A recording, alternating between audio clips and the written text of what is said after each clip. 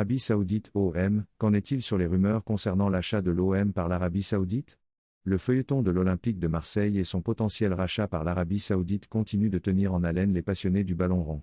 Entre bruit de couloir et déclarations officielles, faisons le point sur ce qui se trame autour de l'avenir de l'OM.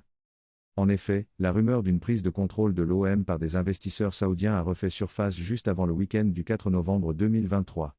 Il y a des murmures qui circulent sur une transaction possible dès le début de l'année prochaine.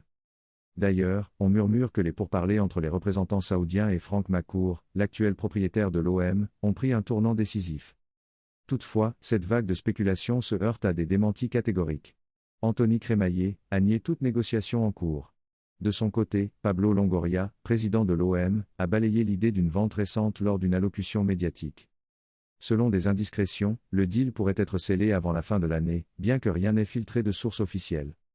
Lors d'une confrontation sportive contre Lille, des échos ont laissé entendre que l'OM serait sur le point de changer de pavillon au profit de l'Arabie Saoudite. D'autre part, l'hypothèse d'une acquisition se concrétisant, on prédit déjà un marché des transferts pharaoniques avec une enveloppe de 200 millions d'euros. Il convient de souligner que, malgré l'effervescence et l'attente qu'elles génèrent, ces tractations n'ont pas encore été gravées dans le marbre.